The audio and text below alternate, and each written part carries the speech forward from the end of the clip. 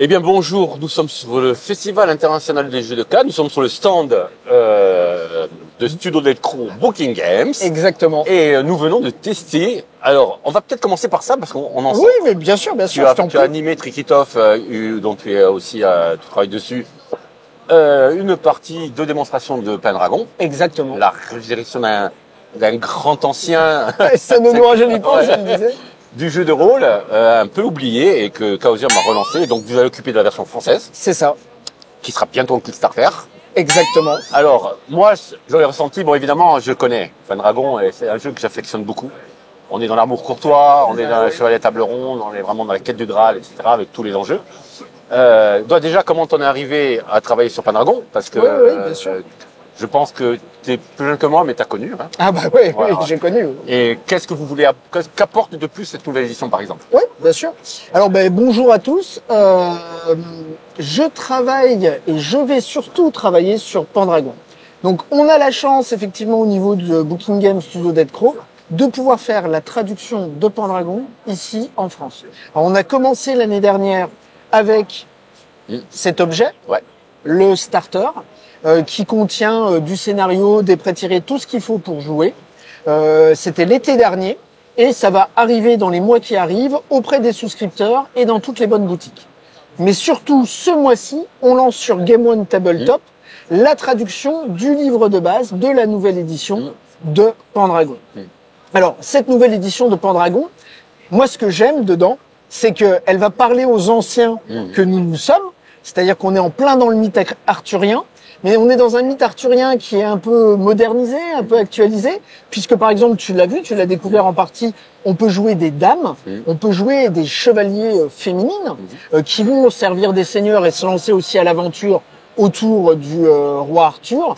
Et puis, il y a aussi un certain nombre de modernisations, peut-être, dans l'approche aussi des scénarios qui sont proposés et qui vont être proposés, où là, on a une approche un peu plus moderne du mythe.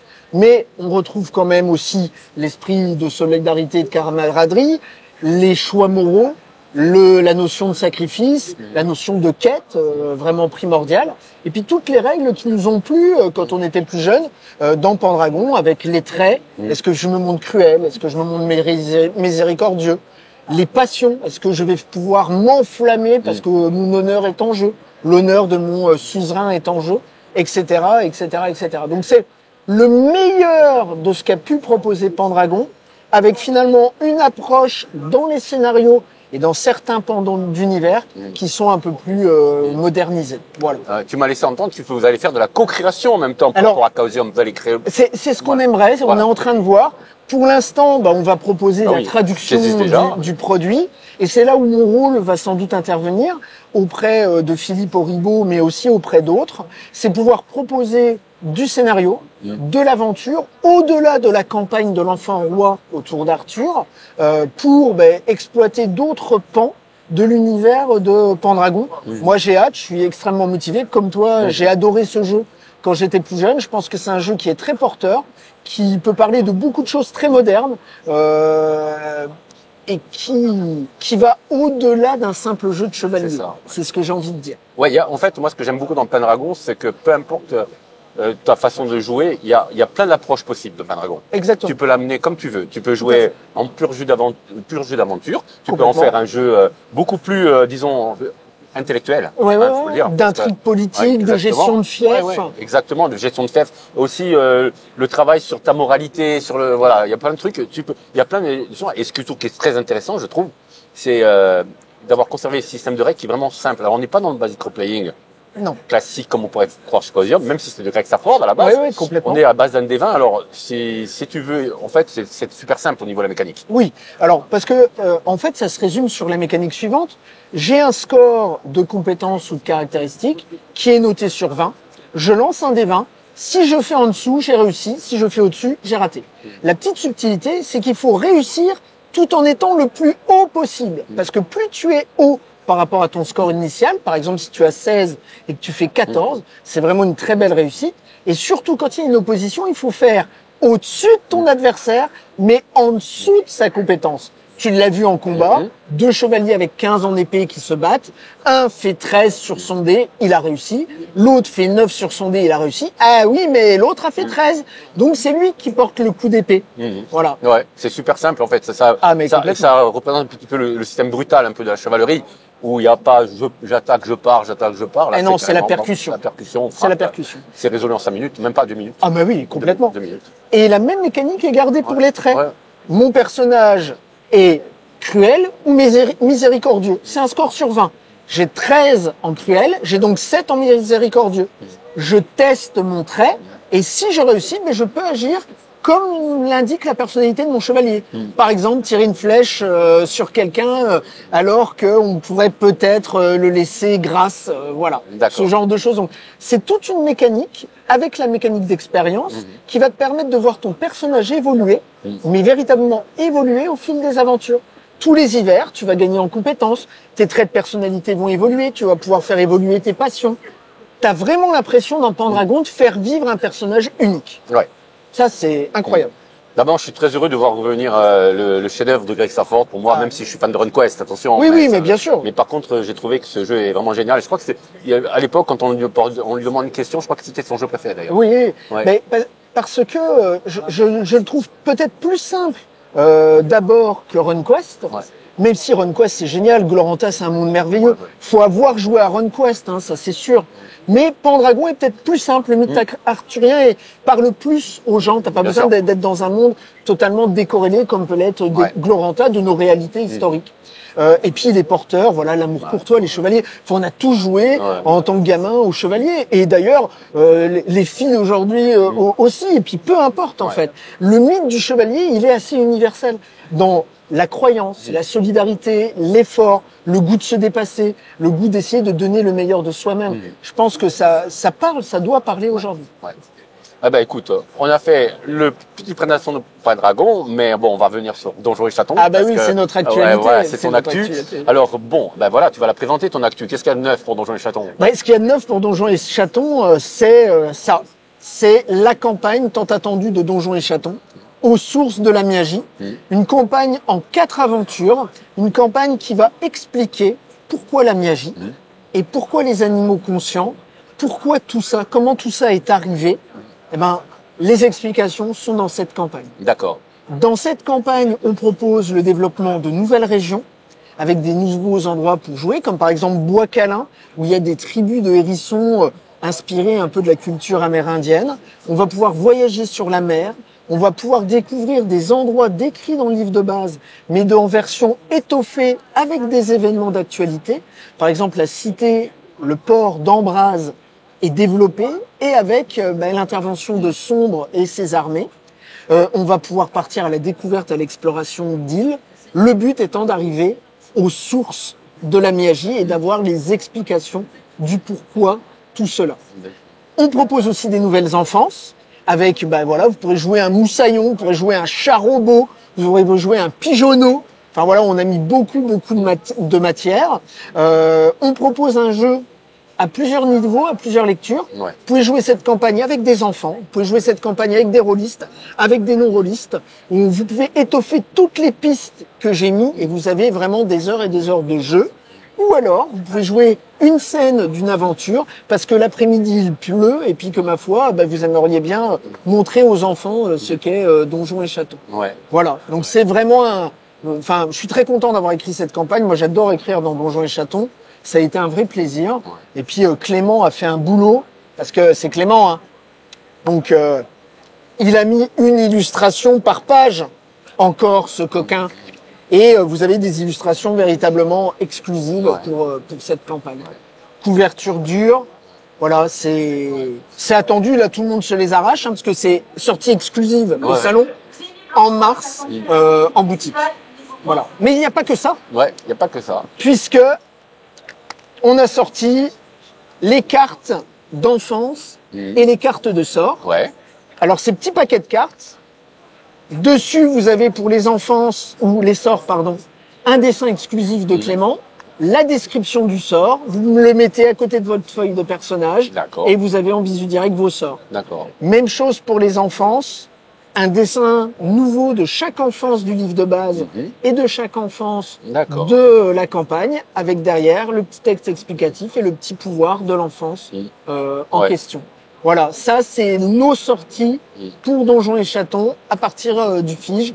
Fige pour nous c'est un grand moment. Ouais. Voilà, moi je suis d'ici, donc je suis un peu le local de l'équipe. Ouais, c'est sûr. Donc voilà, il faut aller marquer le coup. Il faut aller marquer le coup. Ouais, un accessoire une aide de jeu qui colle parfaitement au standard du bouquin, quoi. Ben, bien sûr, Ouais. bien sûr. Est-ce que tu penses que Donjons et Chatons c'est un gros succès Ah et oui. j'en suis content. Est-ce que tu penses que c'est le fait volontaire d'avoir voulu introduire à l'intérieur de plusieurs niveaux de lecture? Est-ce Ah que oui, tu penses bien que c'est sûr. ça que vient de son succès? Oui. Alors, moi, tu sais, je travaille aussi dans le milieu de l'enfance. J'avais vraiment à cœur de mettre en avant des valeurs éducatives, des valeurs pédagogiques, des valeurs positives, et que finalement, Donjons et Chatons, ça soit un outil de dialogue pour la famille et entre les adultes et les enfants.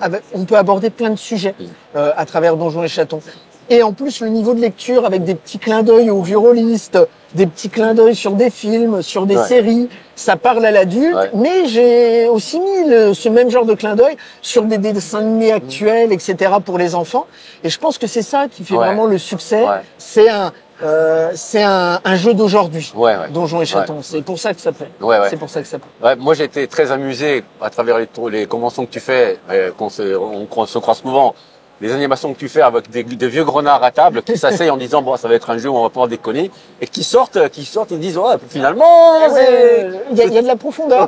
c'est vrai. Oui, bien sûr. Alors c'est surprenant de voir ces joueurs qui sont souvent des vieux grognards qui jouent à plein de trucs. Ils sortent et disent ah bah finalement dans le château c'est purée, il y a plein de trucs quoi. Oui, bien sûr. Bah, alors, c'est pas que pour les gamins. J'ai une anecdote là-dessus. Quand je faisais les playtests pour mes scénarios du livre de base, quand j'étais en pleine écriture de Donjons et Chatons, j'avais proposé à un groupe de copains à Donjons et Chatons. Ils m'ont dit bon allez Tricky, on te fait plaisir, on joue à Donjons et Chatons, et ça se jouait à Tourne-Bouchon, la cité des pirates, etc., etc. Et il y avait du rififi avec des gangs et tout ça. Et ça devait être qu'une partie, mais en fait, en début de semaine d'après, le pote m'appelle en me disant écoute, Tricky, à Tourne-Bouchon, là, ça va pas du tout, on a réfléchi avec les copains, on va mettre de l'ordre, donc écoute, la semaine prochaine, finalement, on va en refaire un. Voilà, tu vois, ça montre que le jeu plaît, parce qu'il a plein de niveaux et plein d'échelles. C'est ça, exactement. C'est ce qui m'avait vraiment plu. Et on s'en aperçoit de suite quand on lit le bouquin. Hein. Ah oui. De suite, quand on lit le bouquin, on se rend compte que on prend le bouquin. Quand moi, la première fois que je l'ai eu en main, je l'ai lu, j'ai dit tiens, je vais lire un truc pour un jeu pour enfants, quoi. Ouais. Et j'ai dit non, ils sont malins. Ils sont malins. Il y a des trucs derrière. Non, c'est tricky. Voilà, il y a des trucs derrière, quoi. Exactement. Oui, c'est le but, c'est le but. Ouais. Bon, on est très content et attendez-vous à de l'autre actualité Ouais. sur Donjons et Chatons, parce qu'on a une boîte d'initiation qui arrive avec 4 nouveaux scénars que j'ai écrits. Vous verrez, il y a pas mal de clins d'œil à une grande maison qui fabrique des dessins animés avec des personnages mythiques. Ouais. Donc voilà. Et puis, on espère que Donjons et Chatons va connaître une vie aussi à l'étranger, avec cette fois-ci une traduction à l'envers, c'est-à-dire vraiment une traduction aux États-Unis et peut-être dans d'autres pays. Tout ça est en train de se monter. Donc, voilà, longue vie à Donjons et Chatons, quoi. Hein, voilà. Bon, on va venir avec tes travaux avec Loïc. Ah oui. Ah ouais. Allez. Alors, Code 9 chez Inachevé, comment ça se passe? Eh ben, Inachevé l'est de moins en moins, puisque je peux t'annoncer là que le livre de base est totalement écrit, a été totalement relu, corrigé, est parti à la maquette, et que Loïc est en train de faire les dernières illustrations du livre de base. D'accord. Au-delà du livre de base, il y avait l'écran, l'illustration est faite de l'île des morts, le verso de l'écran pareil, et avec cet écran, il y avait un recueil de 11 endroits différents et autant de graines d'aventure pour Inachevé. Sur ces 11 endroits, 9 sont totalement rédigés, corrigés, relus extérieurement et sont à la main de la maquette. Et 2 autres endroits sont en train d'être fignolés et d'être terminés.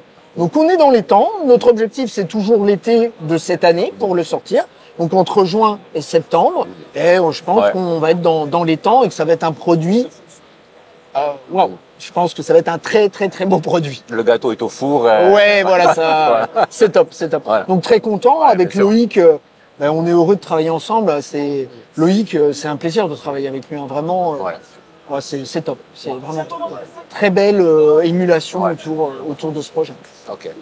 Et puis, il y a un petit nouveau Et oui, il y a autre chose. qui arrive. Alors, le Kakemono est de l'autre côté. On n'a pas pensé à l'autre sens de l'autre côté.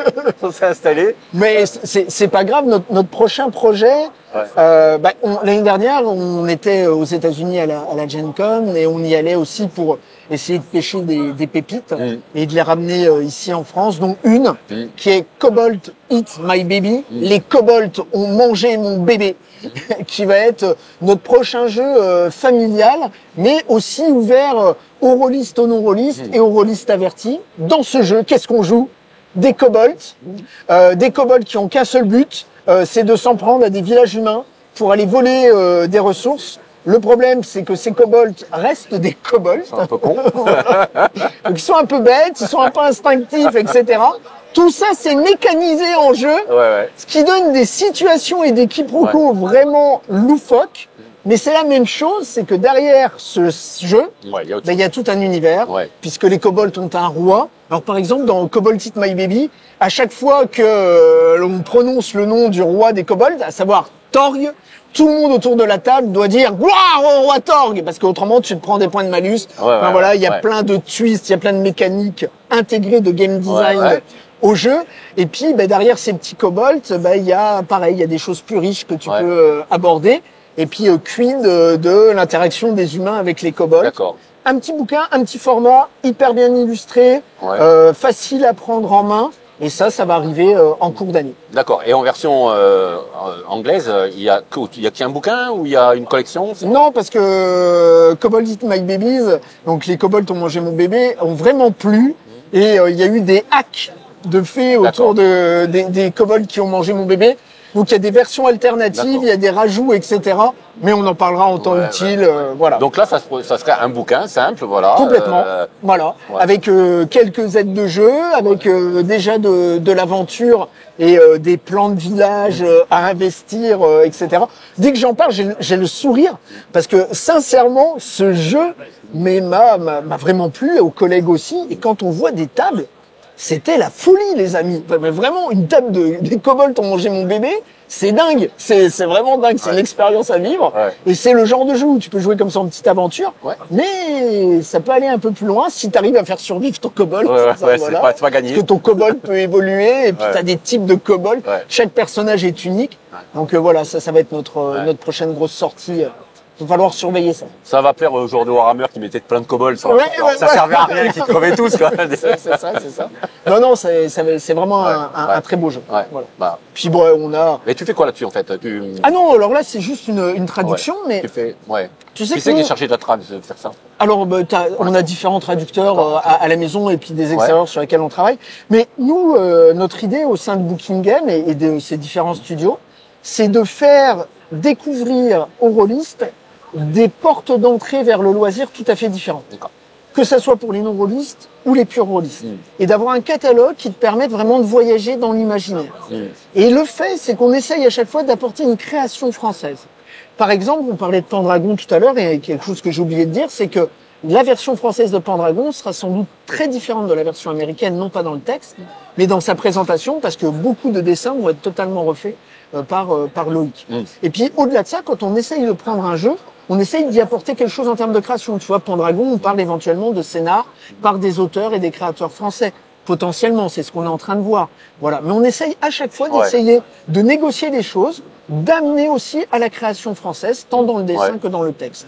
Donc on peut imaginer que pour les kobolds qui ont mangé mon bébé, il y aura de la créa française autour de tout ça. En tout cas, on croise les doigts pour que ça se fasse. Mais notre idée, c'est de lancer un projet et puis après de l'étoffer à notre façon, tout en respectant bien sûr les choix des artistes initiaux qui sont derrière ces créations, en restant vraiment dans les canons, etc. et en respectant l'œuvre originale. Voilà, c'est un peu notre marque de fabrique. Booking Game, ça devrait vraiment, c'est très éclectique, on trouve un peu de tout. Tous les goûts. Quand je vois Enzo, tout ça, bien c'est plein d'univers poétiques qui arrivent, plein de gens qui se croisent. Oui, parce qu'on a plein de surprises qui arrivent. Et d'ailleurs, quand tu vois en festival, notre stand, mais t'as des enfants, t'as des familles complètes, t'as des vieux routards du jeu de rôle, t'as des jeunes, t'as des plus âgés, et on peut proposer des approches différentes du jeu de rôle à travers nos multiples jeux, mais même à travers un seul et même jeu. D'accord. C'est très bien pour finir ça. Ben, C'est parfait. tant mieux. Voilà. Tant mieux, tant mieux. Bon, en tout cas, c'est toujours un plaisir de te voir. J'étais hyper content de jouer avec vous Moi aussi, et c'est avec bon. l'équipe. Ouais, Ça m'a fait super plaisir. Ouais. En plus, on adore Pendragon Ouais, tous les ouais, deux, donc ouais. c'était top. Ouais. Donc rendez-vous pour Pendragon sur Game One Tabletop. Ce mois-ci, surveillez la souscription. Et puis on compte sur vous parce que pour négocier et soutenir ces projets, on a besoin que la communauté soit Bien derrière sûr. nous. C'est comme à chaque fois. Ouais. Quoi, voilà, quoi. Mais on a confiance, on a une belle communauté. Ouais. Bah écoute, merci Tricky. Et Merci puis, à toi, merci à vous. Voilà, à bientôt. À bientôt Voilà. dans Pas longtemps. d'autres espaces. Voilà. Il n'y a pas de souci. Merci, ciao, à bientôt. Ciao, bisous à tous.